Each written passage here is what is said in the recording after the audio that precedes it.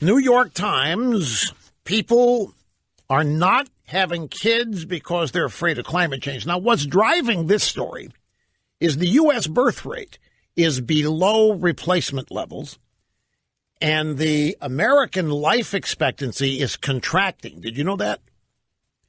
The life expectancy in America is getting shorter despite all the advances in health and prosperity. That is being chalked up to the opioid crisis. But the birth rate replacement level, the simple way to define that is the birth rate replacement level is enough babies are born every year to maintain your country's population. The ideal is population growth. Population growth equals economic growth. If a large percentage of the newly born will end up working as adults rather than becoming dependents, which is what the Democrats want for newborns. Hence, they try to get hold of them as early as daycare, kindergarten, and all that, and start conditioning them for their future role as dependent Democrat voters. So what the New York Times has done, they see the birth rate replacement level is below normal. And they have sought to combine another issue with that fact to push that issue, and that is climate change. So what the New York Times wants you to believe is the U.S. Birth rate replacement level is below normal because people are unwilling to bring children into the world because the world is soon going to be destroyed or uninhabitable. And what responsible, compassionate adult would want to bring into the world, that isn't going to be there in 20 years or 30, a child?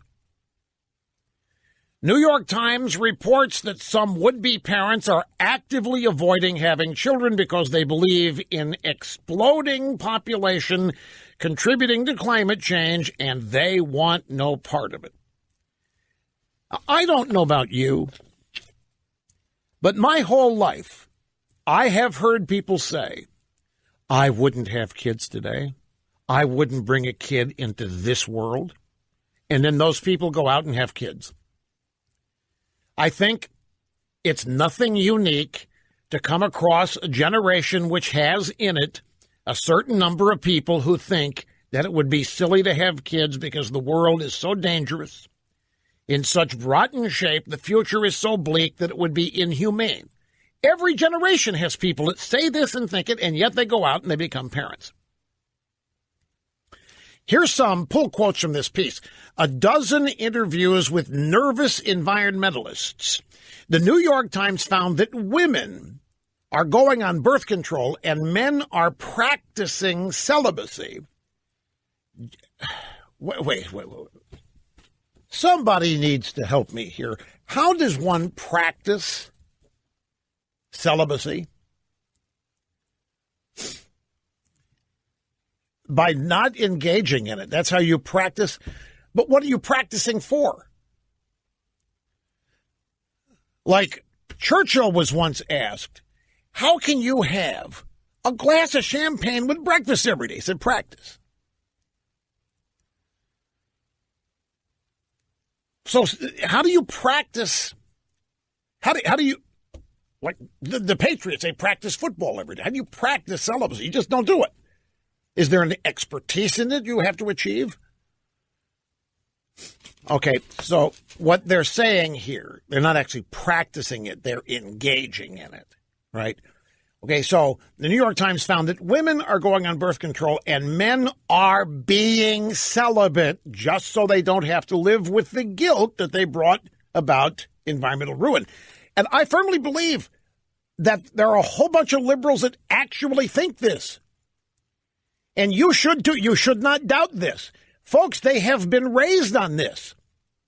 They've been taught this, starting with Saturday morning cartoons all the way into preschool, into junior high school, middle school, high school. They have been preached to that humanity is what's destroying the planet. In the old Rush to Excellence tours back in the late 80s and early 90s, this was a feature of every stage performance I did, to focus on some of the outrageous things the environmentalist wackos were saying about the way to save this planet is to get rid of the people, that humanity is the greatest threat the planet knows, as though the planet cannot survive with one of God's creations, human beings. This has been something that the left, the environmentalist wackos, have been drumming into young skulls full of mush for as long as I've been doing this radio program. So it's not a surprise to me that people have heard this, have now become adults, and literally believe it and are living their lives accordingly. This is the damage that liberalism does. This is how this intricate web of deceit gets woven throughout the fabric of our society, and unwitting, otherwise good, innocent people end up believing a bunch of tripe that they have been taught day in and day out their whole lives. And for them, it's become an article of faith and almost a matter of religion. They are saving the planet. This is how these people are recruited. They're first blamed as being humans. Humans destroy the planet, humans destroying plant life, humans destroying animals, humans this, humans destroying the climate, the environment with pollution and SUVs, and redemption is always offered. You can always redeem yourself for these sins that you have committed. And the first way is subscribe to the climate change theory, then vote Democrat, then donate Democrat, then support big government, and then support all policies designed to punish people who don't believe in it. And that's how this all happens. And it happens on every issue they've got, from feminism to environmentalism.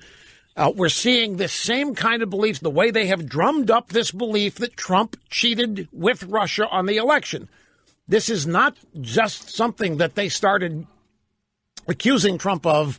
Well, they just did start accusing Trump of it. But the premise behind this is that Republicans and conservatives are illegitimate and cheat. This is stuff that has been poured into people's heads in the education system for years, so that when they need to use it, all they need to do is say Trump colluded with Putin, and automatically a third of the country believes it, because they have been conditioned and taught their whole lives that Republicans, conservatives are evil, and everything else that they teach about conservatives. And this is how, this is why the left has deemed it so important to own pop culture, because this is where habits are formed. This is where lifelong beliefs are imprinted, and they are imprinted daily on people's lives, and from very young age, and they just grow up believing this stuff. So now we've gotten to the point where a lot of people believe that they don't want the guilt of having done anything that might make the planet uninhabitable. And if they believe what they've been taught about Paul Ehrlich and the population bomb, which has been demonstrated to be wrong on every prediction it made. This is the thing that's so frustrating for us, for me, is that everything they believe, everything they believe is a lie. Everything they believe is the result of a political agenda campaign, and they buy it hook, line, and sinker, and you can't talk them out of it because it's become an emotional, almost religious part of their lives. According to the New York Times, the couples have varying approaches to their childlessness, but they all believe that it is best for humanity, and it's also best, get this, according to the New York Times, the couples here who admit to not having kids to save the planet believe that it is now best that humanity end its run, so as to prevent rising tides and melting North and South poles. And the New York Times reporter nods approvingly and writes approvingly of what these people say. Having a child is one of the costliest actions people can take. environmentally. It's right there in the New York Times story. Having a child is one of the costliest actions a person can take. The people interviewed by the New York Times believe it is best that humanity cease to exist. Not an exaggeration. One woman who was on birth control in order to speed the slow self-destruction of the human species. Here's a woman seeking redemption. She has accepted the guilt and the blame that the media and the left has accused her destroying the planet, destroying the climate. She's accepted that. She's now on her redemption path, and she's now on birth control. Her redemption,